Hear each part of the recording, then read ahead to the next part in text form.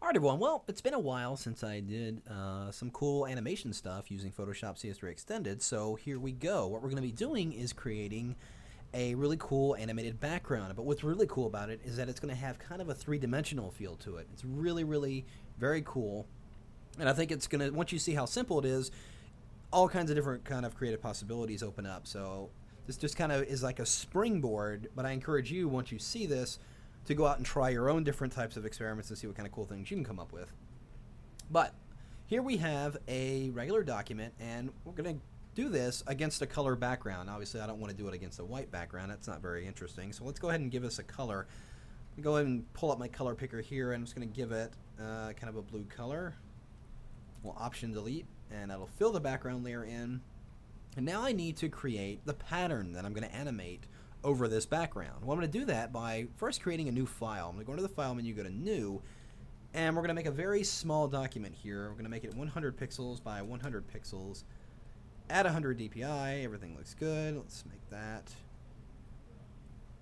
And got a very small document there. Well, I'm going to go ahead and create a new blank layer here, and I'm going to go get the elliptical marquee tool here. I'm going to hold the Shift key down and just draw a circle right inside there. And I'm just going to, since black, or rather white, is in my background swatch here, I'm just going to press Command Delete, that would be Control Backspace, on a Windows machine to fill that background swatch into the selected area. Now we don't see a change, obviously, because the background is white as well. So what I'm going to do is go ahead and turn off that background layer and go ahead and deselect, and all we see is our circle, our white circle. Well, I'm going to do a Select All. Go into the Select menu and choose All, or simply press Command or Control A, and I'm going to align that shape inside of this document. Let's click this middle icon here in the options bar and the top one here, and that'll center that shape in there. Well, now what I'm going to do is making sure this background layer is off because we want to get that transparency. I'm going to go into the Edit menu and choose Define Pattern. And we'll click OK, and I don't necessarily need this document anymore, so let's close it. Don't save. Now we're back in our original file. What I'm going to do now is create a new blank layer, and I'm going to press Shift Delete to open up the Fill dialog here. We're going to use 50% gray, click OK, and now we're going to apply a layer style to this. We're going to actually animate the layer style. Yes, you can actually do that. So let's first apply the layer style. I'm going to double click on that layer, or you can simply go into the Effects menu and we're going to choose Pattern Overlay here. And inside the Pattern menu, we're going to find that circle that we just defined as a pattern. So select it. It should be the very last shape in there. So once I select it, you can see it applies it inside of our image, but it's very, very big. And this is the beauty of applying a pattern as a layer style, because you can scale it. So I'm actually going to take the scale to about 50%. That's going to fill more of that area in, and I can actually move my window out of the way, but while still keeping it open, the layer styles window, move it out of the way. You can actually go in here and move the pattern around manually.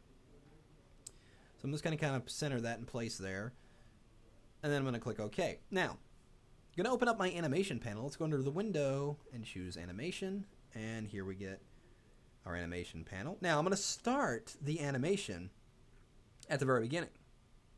Notice Playhead was way over here. We're going to bring it to the very beginning, and we're going to twirl down. We're on this pattern layer, which is layer 2 right here. We're going to twirl this down to reveal the various properties we can animate, and in this case we want to animate the style, which is the layer style. So I'm going to go ahead and drop a keyframe there by clicking on the stopwatch.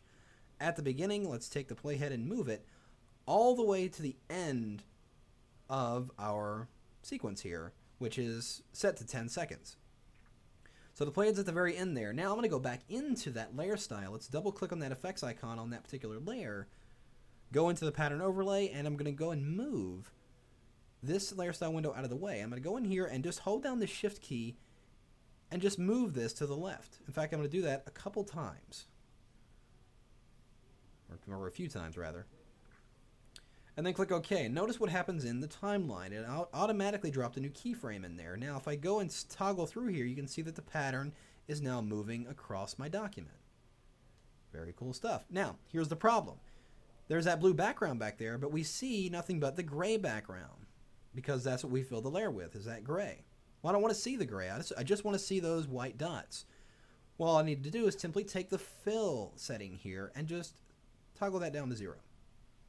So now the dots are visible, but the background is. Now, notice what's happening. It's fading back in there. Why? Because we made a keyframe there. We changed the property of that layer. In fact, the layer style. So let's go back and undo that and toggle back over that first keyframe. Let's go into the layer style, and you can do the very same thing. I just did it in the layers panel over here, but inside the layer styles window, you go into the blending options, and here is that same thing, that same fill opacity. Let's take that and drop it down to 0. Click OK. Now, it did it at this keyframe, but let's toggle through. Notice it's going to go back to the gray. Notice there, as we get closer to this keyframe. So, we got to change the property of that keyframe too. Let's go into the layer style.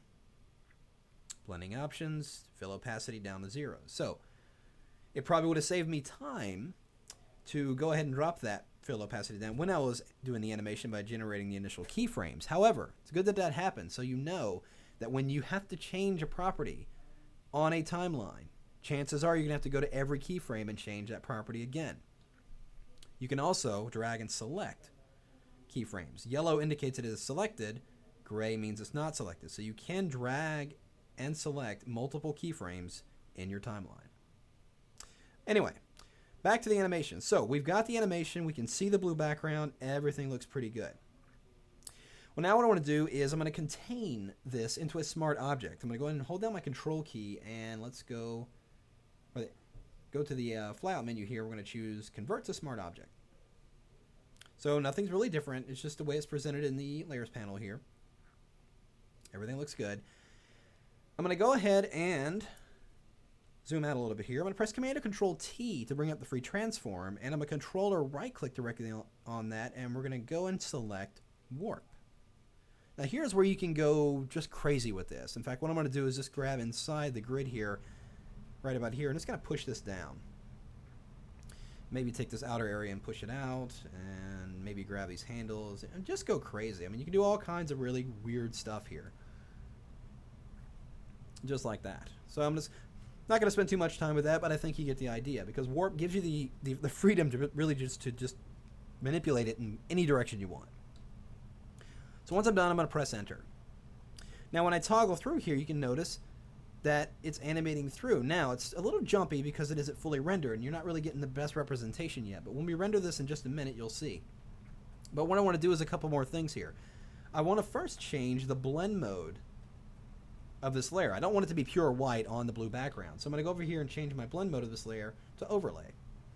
Gives a little bit more interest in there. I'm going to add a little bit more interest by putting a layer mask on this layer. Let's drop in a layer mask there, grab my gradient tool, and of course using the foreground to transparent with black set as the foreground color, we're just going to mask some of the outer edges of this just so it's not so harsh around here.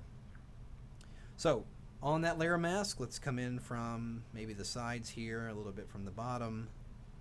Gives that a little bit of kind of edginess to it. So there's that. What I'm going to do now, just so you can see what's going on here, I'm going to narrow my work area just by grabbing these handles. And what this does is it narrows the area you're going to render out so you can get a quick preview. So I'm going to narrow that area in and simply hit the space bar. And it's going to render these frames out. It may take a minute depending on the speed of your machine. Now, animation does look a little jumpy right now because it's rendering each frame. Notice this little green line. That means it's a rendered frame. So once it gets to the end, it will play smoothly. And notice what happens. You're going to see a huge difference, and it's just going to look really, really cool.